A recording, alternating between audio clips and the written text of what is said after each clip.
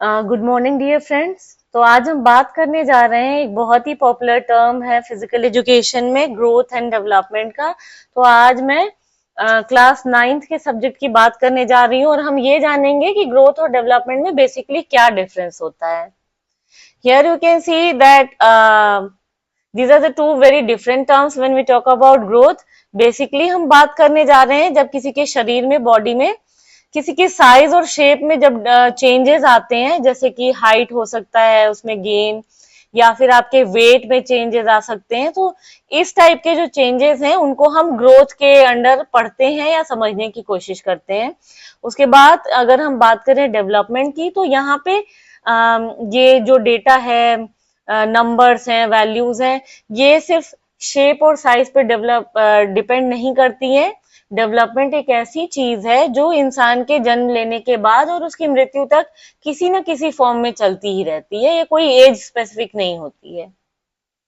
और यहाँ पे फंक्शनल इंप्रूवमेंट बहुत इंपॉर्टेंट है, इसके बारे में जानना, और स्किल के बारे में। और ये डिफरेंट स्किल हो सकती हैं, किसी की इंटरपर्सनल स्किल्स हो सकती हैं, उसके एजुकेशनल टर्म्स हो सकते हैं, या कोई भी ऐसी स्किल जो उसे लाइफ को आगे बढ़ाने में मदद करती है। अभी आप स्क्रीन पे देख सकते हैं कि ग्रोथ का जो सीधा सा जो मीनिंग है वो दिया है कि it is going to understand the increase in size and mass. So basically this growth is going to refer to the physical changes of the body of an individual, and it is going to talk about the shape and size. अब अगर यहाँ पे हम बात करते हैं development की, तो ये आपका सिर्फ किसी चीज के size, weight, gain, kilogram, milligram, millimetre, इन सब चीजों से रिलेटेड नहीं है। ग्रोथ के बाद जब डेवलपमेंट की बात आती है, तो this is one of the important term which is going to talk about the functionality of individual and their skill improvement. तो बेसिकली जब डेवलपमेंट की बात होती है, तो आपके एबिलिटीज और आपकी बहुत ऐसी डिफरेंट स्किल्स हैं जिनको इम्प्रूव और एनहांस करने की यहाँ पे बात होती है, या किसी भी इंडिविजुअल की।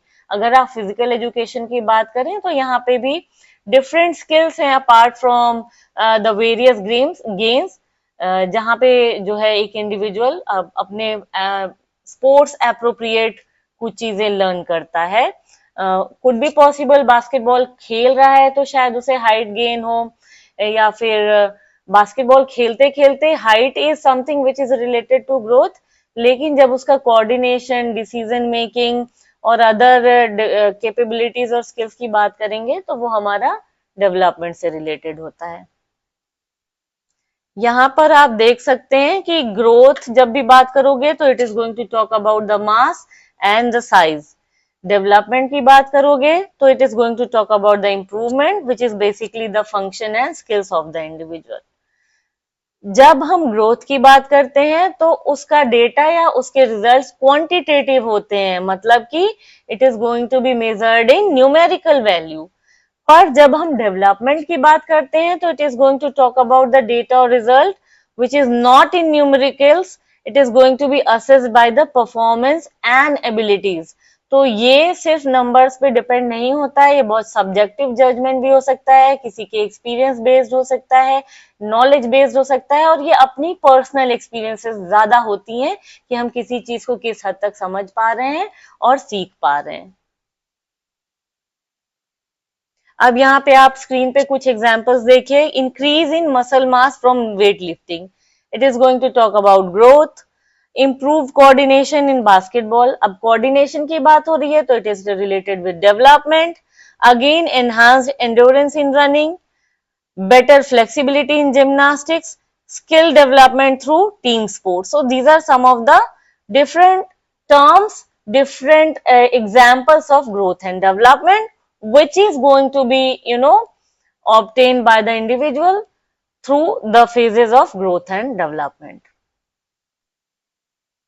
Now here you can see some of the physical changes like the growth spurt, the increased muscle development, the changes in body composition, these are all related with the growth. Emotional changes की बात हो रही है तो heightened sensitivity, mood swings, developing self identity, so these are not only related with the growth, but yeah, these are with the development phase. and some social changes could also be seen, like the increased peer influence, desire for independence, forming deeper friendship. तो ये जो stages की बात हो रही है, ये हमारे डिफरेंट स्टेजेस होते हैं. अगर ब्रॉड टर्म पे बात करें तो एक इन्फेंट स्टेज होती है, उसके बाद चाइल्डहुड स्टेज होता है, उसके बाद टीन एज आती है, या अडोलेसेंट कह सकते हैं, उसके बाद अडल्टहुड. तो अगर आप ब्रॉड वे में पढ़ेंगे तो ये जो 4 स्टेजेस हैं, उनमें आपको अलग अलग तरह की ये चेंजेस जो हैं, जो कि ग्रोथ भी हो सकती है और डेवलपमेंट भी हो सकती है, इनसे रिलेटेड चेंजेस आपको देखने को मिलते हैं. तो ये कुछ चीजें थी जिनकी हम बात कर रहे थे, जो रिलेटेड है आपके ग्रोथ एंड डेवलपमेंट से. इसको और एक्सपेंड करेंगे हम अपनी अगली क्लास में. तब तक के लिए थैंक यू, कीप वॉचिंग.